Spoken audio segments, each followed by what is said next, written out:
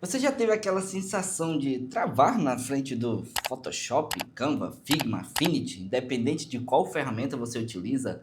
Ou até pior, você se ver preso horas e horas num loop infinito de mexe fonte, muda cor, muda imagem e mesmo assim não consegue encontrar um layout que te deixa minimamente contente? Provavelmente o problema não é falta de talento, não é falta de habilidade, não é falta de criatividade.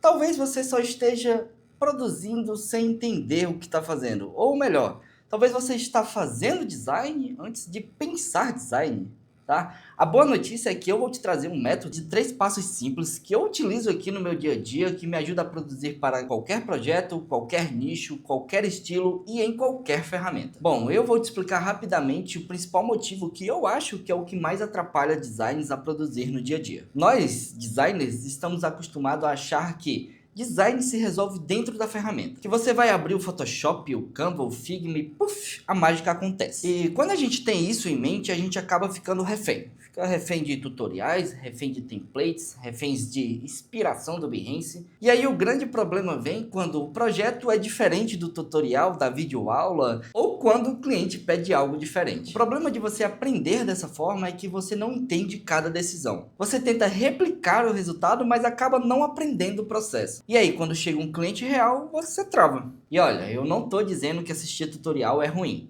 tá? Eu também assisto tutoriais, busco referências, todo design faz isso. Ou pelo menos deveria, né? Referência é para aprender e não para copiar. E é exatamente aí que entra o método dos 3Ps. Pesquisa, pensamento e prática. Nessa ordem especificamente. E agora eu vou destrinchar para vocês cada um desses Ps para vocês entenderem melhor qual o papel de cada um deles durante a sua criação. Provavelmente quando eu falei que o primeiro P era pesquisa, talvez passou pela sua cabeça que era pesquisar por referências bonitas, posts bem feitos ou alguma coisa desse tipo. Mas na verdade, esse primeiro P de pesquisa é nada mais nada menos do que pesquisar sobre o mercado, do nicho que você está trabalhando. O que funciona, o que é esperado desse mercado, o que já está predefinido pela sociedade quando se espera ver uma peça desse estilo. É basicamente pesquisar o que funciona para o projeto que você está inserido.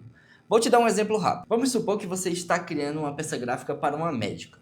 Nesse momento, o que você deve fazer é abrir o Pinterest, Instagram, Behance e procurar por posts que já estão consolidados nesse nicho. Então, nesse momento, você começa a fazer uma análise. Entenda, você está estudando. Você se pergunta o que essas peças têm em comum? O que é esperado por uma peça gráfica desse nicho específico? Bom, nesse caso específico, provavelmente o que você vai notar é o uso de fontes serifadas, fotografias bem limpas, bem iluminadas, consultórios, jalecos, tudo que traga ali uma autoridade, uma seriedade e confiança dos profissionais da medicina. Isso é nada mais nada menos que referência de mercado. Não é para você copiar os posts, tentar replicar aqueles posts. É para você entender o código visual daquele nicho. E aí você decide de que forma você vai fazer isso. Se é abrindo várias referências no seu navegador, ou talvez criando um moodboard lá no Miro ou no Figma. A dica que eu te dou nesse momento é que o melhor a se fazer é literalmente anotar as características que você identifica. Seja num papel e caneta ou num bloco de notas, eu te digo isso porque isso vai te ajudar a não precisar revisitar essas peças lá no futuro ou no momento em que você está produzindo, para evitar que de forma inconsciente você acabe plagiando as referências que você tanto gostou, afinal você não teria salvo essas referências. Bom, a partir de agora você está entrando no segundo P. E não, nesse momento a gente ainda não vai abrir ferramenta, não vai abrir software, não vai abrir nada. Nesse momento a gente vai começar a se perguntar, é o pensamento estratégico. Parece estranho, mas a maioria dos designers sempre pensam o que pode fazer para deixar uma peça bonita, mas quase nunca pensam sobre o que é preciso fazer para que essa peça funcione para o público que ela é direcionada. Vou te dar uns exemplos rápidos.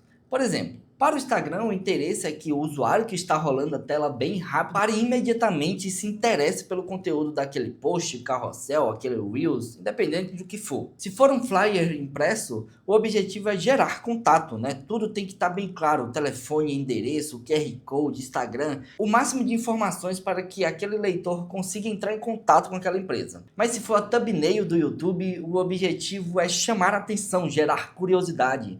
São textos impactantes, imagens bem trabalhadas, coloração forte, tudo isso para chamar a atenção e incentivar o usuário a clicar naquele vídeo. Você consegue perceber? É o mesmo conteúdo, mas objetivos diferentes pedem hierarquia e construção diferente. E nesse momento entra a segunda pergunta.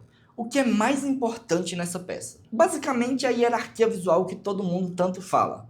O que é mais importante é o texto, a imagem e o contato? O que você pretende promover ao publicar essa peça? Afinal, se tudo é importante, nada é importante. Essas decisões não acontecem e nem devem acontecer por acaso. Elas devem ser decididas aqui, no pensamento estratégico. E a terceira pergunta é: para quem é isso? Afinal, um post médico não pode ter as mesmas características de um post para uma pizzaria. São fontes diferentes, tonalidades diferentes, estruturas diferentes. Então você conecta somando o que aprendeu na pesquisa com o objetivo da peça e para quem era essa peça. Só então você vai abrir o software que você costuma trabalhar. E agora vem a melhor parte, né? O P de prática. É nesse momento que sim, você abre o seu software favorito, mas nesse momento você não está mais tentando. Você já tem dados reais, informações relevantes para você criar algo que vai trazer um resultado real, que vai te ajudar a produzir em menos tempo e com melhor qualidade. Nesse terceiro ponto, você vai conseguir pôr em prática tudo que você já entendeu nos passos passados. Você sabe exatamente o que precisa ter como resultado final, qual a estrutura indicada para trabalhar no seu layout, as cores, as fontes, as imagens, tudo conectado, tudo facilitado e mastigado para você ter o melhor resultado. Mas isso não significa que vai sair tudo perfeito de primeira. Com certeza ainda vai ter aquela tentativa e erro para identificar os melhores resultados, mas nesse momento você já está criando com uma boa direção. Aproveitando, eu acho que esse é o melhor momento para me te dar uma dica extra. Prática diária. Isso é o que vai te tirar da zona de conforto, vai te ajudar a produzir em menos tempo, com melhor qualidade, porque cada vez que você pratica, ou melhor, cada vez que você cria algo, você cria uma curadoria do que funciona e do que não funciona no seu cérebro. Assim você fica mais rápido, mais seguro e mais criativo na hora de criar. Praticar hoje é a certeza de que você vai ser melhor que ontem. Quando você pratica diariamente, você consegue ver a sua evolução. Você consegue ver quem você era há um mês atrás, há 6 meses atrás, há um ano atrás.